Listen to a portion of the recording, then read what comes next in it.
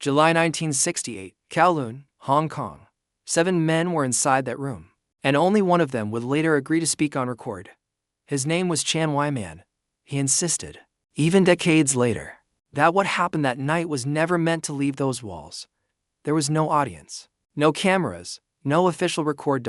And Bruce Lee never spoke about it, not in interviews, not in private conversations, not even to students who pressed him years later. But something happened in that room that forced him to stop mid-fight, not because he couldn't continue, because he realized he might not be able to stop. One man left with a fractured rib and partial loss of vision in his right eye. Another left with a different kind of damaged one that didn't show on the body. Chan would later say, he won, but not in the way people think. That's why he never talked about it. No one present ever disputed who dominated the exchange. What they disagreed on was what nearly happened next. And why, at the last moment, Bruce Lee chose not to finish it. 1968, Hong Kong was not a comfortable place for a man like Bruce Lee to return to. He had come back from the United States carrying something that did not sit well with the traditional circles that still dominated the city's martial culture. His time abroad had changed not just how he fought, but how he spoke about fighting. And in Hong Kong, reputation was not built through theory. It was protected through lineage, preserved through hierarchy, and tested quietly behind closed doors. At the time, Bruce was not yet the global figure he would become. His name circulated, but unevenly, to some. He was a promising talent with speed that bordered on unnatural. To others, he was a young man who talked openly about breaking from tradition, someone who dismissed fixed forms, who questioned inherited systems, and who suggested that efficiency mattered more than style. That alone was enough to create friction, but there was more. According to Chan Wai-man, the dock worker who would later give one of the only recorded accounts, Bruce's presence carried something unsettling. Not arrogance in the obvious sense, but a kind of certainty that made other practitioners uneasy. He did not argue loudly. He did not issue public challenges, but he did not retreat either. When approached, he accepted. When questioned, he demonstrated. And demonstrations in that environment were rarely neutral. Private challenge matches were not unusual in Hong Kong at the time. They existed in a gray space, unofficial, unrecorded, but widely understood. They were how disputes were settled without public embarrassment. No trophies, no announcements. Just witnesses, usually trusted men from both sides who could confirm. What happened if rumors began to spread? Most of these encounters ended quickly. A dominant exchange, a visible injury, and it was over. But in the months leading up to July 1968, something had begun to shift around Bruce. He was no longer being tested out of curiosity. He was being tested out of resistance. Several accounts, fragmented, inconsistent, but overlapping, suggest that word had spread about his methods. Not just his speed, but his refusal to adhere to expectation. He did not square off traditionally. He did not wait for formal openings. He interrupted, closed distance, struck through transitions that others treated as sacred. To traditionalists, that was not just unorthodox, it was disrespectful. And in a system where respect was tied to identity, that kind of approach demanded response. Chan described the atmosphere in those weeks as tight, a word he repeated more than once, not tense in the sense of open hostility, but compressed as if multiple unresolved questions were waiting for a single moment to release them. Bruce, for his part, did not appear eager for confrontation, but he did not avoid it either. There is a detail Chan mentioned that others later confirmed in fragments. Bruce had begun limiting who he trained with during that period, not out of secrecy, but out of caution. He understood that not every session was just training anymore. Some were evaluations. Some were quiet attempts to measure him, define limits, weaknesses, openings, and limits. In that environment, were not theoretical, they were physical. The encounter in Kowloon did not emerge randomly. It formed at the intersection of reputation and resistance. By mid-1968, Bruce represented something that could not be easily categorized. He was Chinese, but influenced by Western training, rooted in tradition, but openly critical of it. Precise, but unpredictable, that combination made him difficult to accept and impossible to ignore. What made this particular challenge different, what elevated it beyond the others, was not just who issued it, but when it came at a moment when Bruce's position was unstable, not weak but not yet secure. A loss would have spread quickly. Even without records, a narrow victory would have raised more questions than it answered. And a decisive outcome carried its own risks, because in a room without rules, dominance did not always stop where it should. Chan would later say that before the fight even began, There was already an understanding among the men present. This would not be a test of style. It would be a test of control. And control, under pressure, is where most men fail. The man who came to face Bruce Lee that night was not unknown, but he was deliberately difficult to trace. In the accounts that survived, his name appears inconsistently. Some referred to him as Lau, others avoided naming him at all. Chen Wai Man would only identify him as a man from the docks, but not a laborer. That distinction mattered, because in 1968 Kowloon, the docks were more than a place of work. They were a proving ground. Men who operated there developed a kind of strength that did not come from structured training halls. It came from repetition under strain, lifting, hauling, enduring, and from an environment where disputes were not theoretical. Fights happened quickly, often without warning, and rarely followed any agreed-upon format. According to Chan, Lau had built his reputation in exactly that space. He was not affiliated with a major school, no formal lineage that could be easily challenged or defended. Instead, he moved between systems, learning where he could, discarding what failed him. He had exposure to southern Chinese styles, particularly those emphasizing close-range strikes and low stances. But he did not adhere strictly to any one discipline. That made him unpredictable. Physically, he presented a clear contrast to Bruce. He stood broader through the shoulders, heavier by at least 20 kilograms, with dense forearms marked by years of conditioning. One witness recalled the way he held his hands not raised in a formal guard, but slightly forward, fingers loose, as if accustomed to grabbing as much as striking. There was also the matter of his tolerance for damage. Chan described an earlier incident months before the encounter where Lau had taken a full-force strike to the cheek during a dockside dispute and continued forward without visible hesitation. Whether that account was exaggerated or not, it shaped how the men in that room viewed him. He was not just strong, he was durable. And durability changes the nature of a fight. This was not a man who expected to win through speed or precision. He expected to absorb, close distance, and end the exchange at a range where structure breaks down, where grips, elbows, and short force strikes take over. More importantly, he had reason to seek Bruce specifically. Unlike others who approached out of curiosity, Lau's interest appears to have been personal, not emotional in an obvious sense. No recorded insult, no public disagreement, but rooted in something deeper. According to Chen, Lau had been present and seen at a smaller demonstration Bruce gave weeks earlier. Not a formal exhibition, but a private showing of technique among a few practitioners. What he witnessed there unsettled him. He said it didn't look real, Chan recalled. Too fast, too clean. Like the other man wasn't allowed to respond. For Lau, that was a problem, because in his world, men always responded. If they didn't, it meant something was being hidden: timing, pressure, resistance. And he did not trust what he could not test directly. That was the foundation of the challenge. Not ego. Verification. He wanted to feel it. To stand in front of Bruce, remove the distance of observation, and force the exchange into a space where nothing could be controlled artificially. No demonstration pacing, no cooperative partner, just two men operating under full resistance. And there was another factor, one that none of the witnesses dismissed. Lau was not afraid of losing. This is a detail Chen emphasized repeatedly, not because Lau lacked pride, but because his reputation did not depend on a single outcome. He had fought before, been injured before, and continued. In his world, survival carried more weight than victory. That made him dangerous in a different way. He would not withdraw early to preserve status. He would continue until something forced him to stop. By the time arrangements were made for the meeting in Kowloon, both sides understood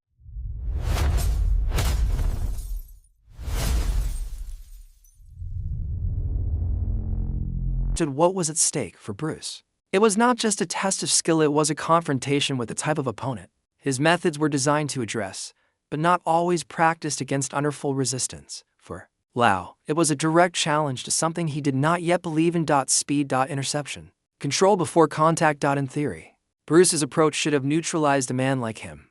But theory does not absorb impact, and it does not account for what happens when an opponent refuses to break. Chan would later describe the feeling in the room just before they entered. It wasn't about who was better. It was about whether what he was doing would still work when the other man didn't stop. That question, simple, direct, and physical, was what both men carried into that space. And once it began, there would be no way to answer it halfway. The apartment was on the second floor of a narrow building in Kowloon, one of many aging structures, where walls were thin, ceilings low, and space was never designed for movement. Chen Wai-man remembered the climb more than the entrance. The stairwell smelled of damp wood and cooking oil. By the time he reached the top, he could already hear voices inside, not loud, but contained, controlled. There were 7 men present when Bruce Lee entered, not spectators in the usual sense. Each had a reason to be there, either connected to Lau or trusted enough to verify what happened. No one stood casually. No one sat comfortably. Even before the fight, the room had already divided itself into quiet positions along the walls. The usable space was smaller than expected. Chan later estimated it at no more than 3 meters across at its widest point. A wooden table had been pushed against one wall, 2 chairs stacked near the corner. The floor was bare except for a thin woven mat that had shifted slightly off-center, exposing sections of hard concrete underneath. There would be no wide footwork. No retreat beyond a step or two. And no margin for error once distance collapsed. Lighting came from a single overhead bulb. It cast uneven shadows, particularly along the edges of the room. Where the witnesses stood half in darkness, faces were visible, but expressions were not always clear. That, according to Chen, added to the uncertainty. You could hear everything, he said, breathing, shoes on the floor, but you couldn't always see it clean. There were no formal rules spoken aloud, but there were understandings. No weapons, no interference, no one steps in unless one man is unable to continue. Beyond that, nothing was restricted. Strikes were permitted without limitation. Grappling, if it occurred, would not be broken. There was no referee, no signal to begin, and no agreement on when it would end. The fight would stop when one man decided or when he no longer could. Before anything started, there was a brief moment where both men stood without moving. Lau had already removed his outer shirt, folding it once and placing it near the wall. His posture was loose, but not relaxed. Weight slightly forward, chin tucked, hands low, not in a formal guard, but ready to close. Bruce remained in a short-sleeved shirt, sleeves rolled just above the elbow. Chen noticed that his stance was narrower than expected, not squared, not fully side-on, balanced, but adaptable. His hands were higher than Lau's, but not rigid, fingers alive, responsive. There was no conversation between them. No attempt to establish terms, only a brief exchange of eye contact measured, not hostile. Chan described it as recognition, not of each other personally, but of what the other represented. One man who believed in entering first. Another who believed in intercepting before entry completed. The witnesses adjusted their positions slightly, creating a wider gap between the 2 men.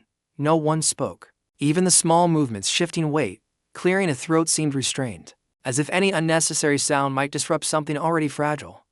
What stood out most, according to Chan, was the absence of ritual. No bow. No signal. No structured beginning. In traditional settings, those elements created distant psychological space to prepare, to control emotion before contact. Here, that space did not exist.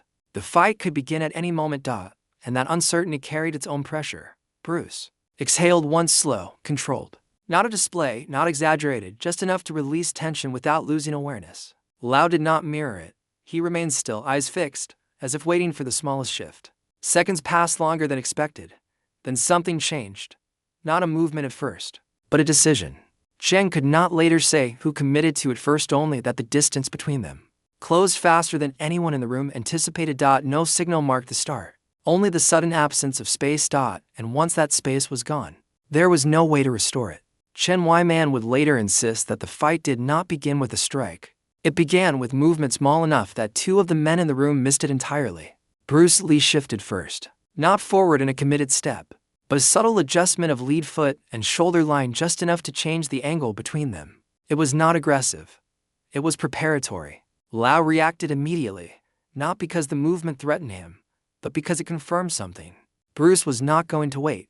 The distance closed in less than a second. Lau initiated the first visible attack, a straight line advance with his right side leading, left hand reaching not to strike, but to control.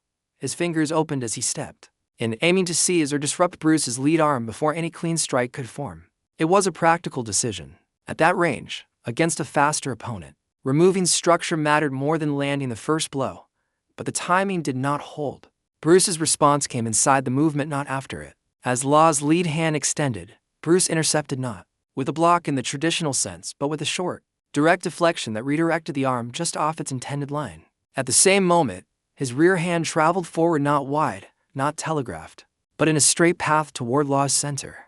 Chan described it as 2 actions happening in one place. The strike landed, not cleanly enough to end the exchange, but precisely enough to disrupt it. Contact was made just below the sternum.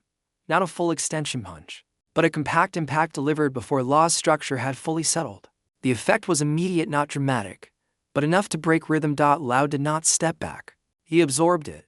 His body folded slightly at the point of contact, but his forward motion continued. Instead of retreating, he drove in harder, compressing the space between them to eliminate any advantage of reach or speed. That decision changed the nature of the fight. At close range, Bruce's margin for error narrowed. There was no longer space for full extension, no time for visual confirmation, only reaction, measured in fractions. Law's right arm came over the top not as a clean strike, but as a heavy, descending motion aimed toward the side of Bruce's head and neck. It carried weight more than precision, driven by momentum rather than alignment. Bruce shifted again, this time more visibly, a slight pivot off his lead foot, enough to let the force pass without taking it directly. The motion was controlled, but not effortless. Chen noted that Bruce's shoulder still absorbed part of the impact, not a clean miss. It was the first moment where the exchange became physical, in a way the room could feel. The sound changed, not loud, but heavier. Feet against concrete, breath forced out under pressure. The dull contact of body against body in confined space. Bruce answered immediately. A short strike, vertical, direct aim toward the jawline. It landed partially, glancing rather than snapping the head fully back. Law's chin remained tugged, absorbing the force through structure rather than yielding to it. Again, no retreat. Instead, Lau closed further, his left arm wrapped inward, attempting to trap or pin Bruce's right side. Not a clean hold, but enough to disrupt alignment. His body pressed forward, weight transferring through contact points rather than distance. For a moment brief, but real, Bruce lost separation. Chen remembered that moment clearly. That was when it changed, he said. Before that, it looked like speed. After that, it was pressure. Bruce adjusted quickly, but not instantly. His footwork tightened, shorter steps, sharper pivots. He created just enough space, half a step at most, and inserted another strike. This one higher, faster, aimed toward the face. It landed cleaner. Law's head snapped slightly to the side. Not enough to disorient, but enough to register a visible reaction. The first clear sign that Bruce's speed was not theoretical. The witnesses shifted along the walls, not moving closer, but adjusting unconsciously, as if trying to maintain a clear line of sight without interfering. No one spoke, because by that point, it was already clear. This was not going to end quickly. Lau had felt the speed and did not withdraw. Bruce had felt the pressure and did not disengage. Two different approaches had met at a distance to close, two separate cleanly, and neither man had yet committed fully. But that would not hold, because in confined space, hesitation does not last. It compresses, and then it forces a decision.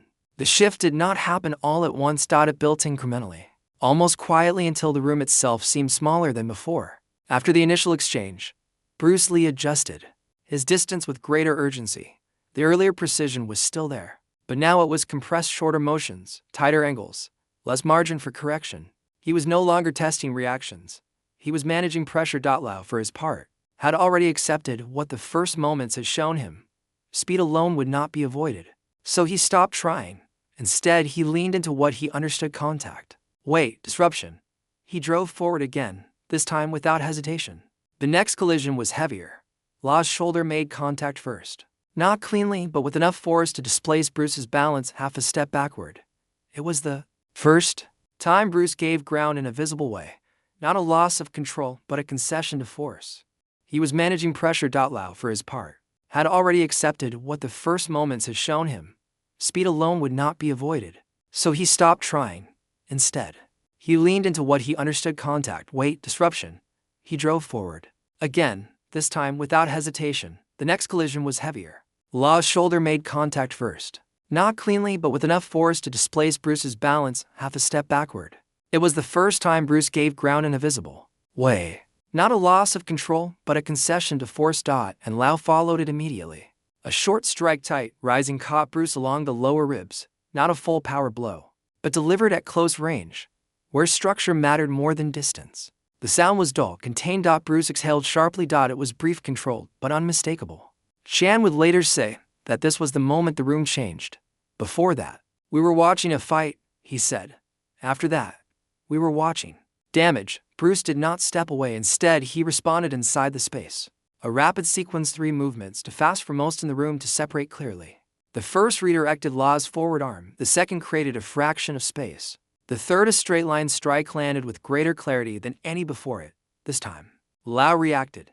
His head turned more sharply, his body pausing for a fraction longer than previously. Not stunned but interrupted, Bruce used it. He advanced not with a wide step, but with controlled pressure of his own. His strikes remained direct, economical, each one aimed to prevent Lau from resetting his base. For several seconds, the momentum shifted. Lau was no longer driving, he was absorbing. But he did not break. Instead, he adapted.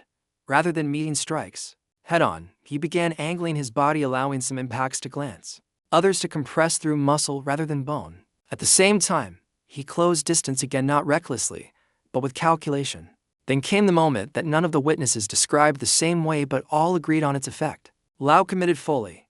He stepped in with his entire weight, abandoning partial control in favor of complete engagement. His right arm came over not as a measured strike, but as a heavy, descending blow meant to overwhelm rather than outpace. Bruce did not avoid it cleanly.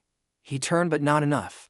The impact caught along the side of his upper back and shoulder, driving him forward a half step, compressing his stance. For a brief instant, his structure broke, not collapsed, but disrupted, and Lau moved to capitalize. His left arm came across, attempting to secure a hold, something more permanent than the fleeting contacts before.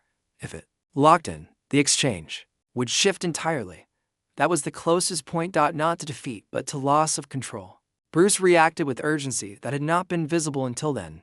His movement changed, less measured, more immediate. He dropped his weight, twisted sharply, and created space not through distance, but through angle. At the same time, his right hand came up not in a wide arc, but in a short, direct line toward Lau's face. The strike landed, not glancing this time. Direct. Chan described the sound as different, sharper, more final. Lau's head snapped back, not dramatically, but enough to break his forward pressure. His grip loosened, his balance shifted, and Bruce followed. Another strike, lower, then one higher, each delivered with increasing commitment. Not wild, not uncontrolled, but no longer restrained to demonstration. This was finishing range. And everyone in the room felt it. Because Lau was no longer advancing.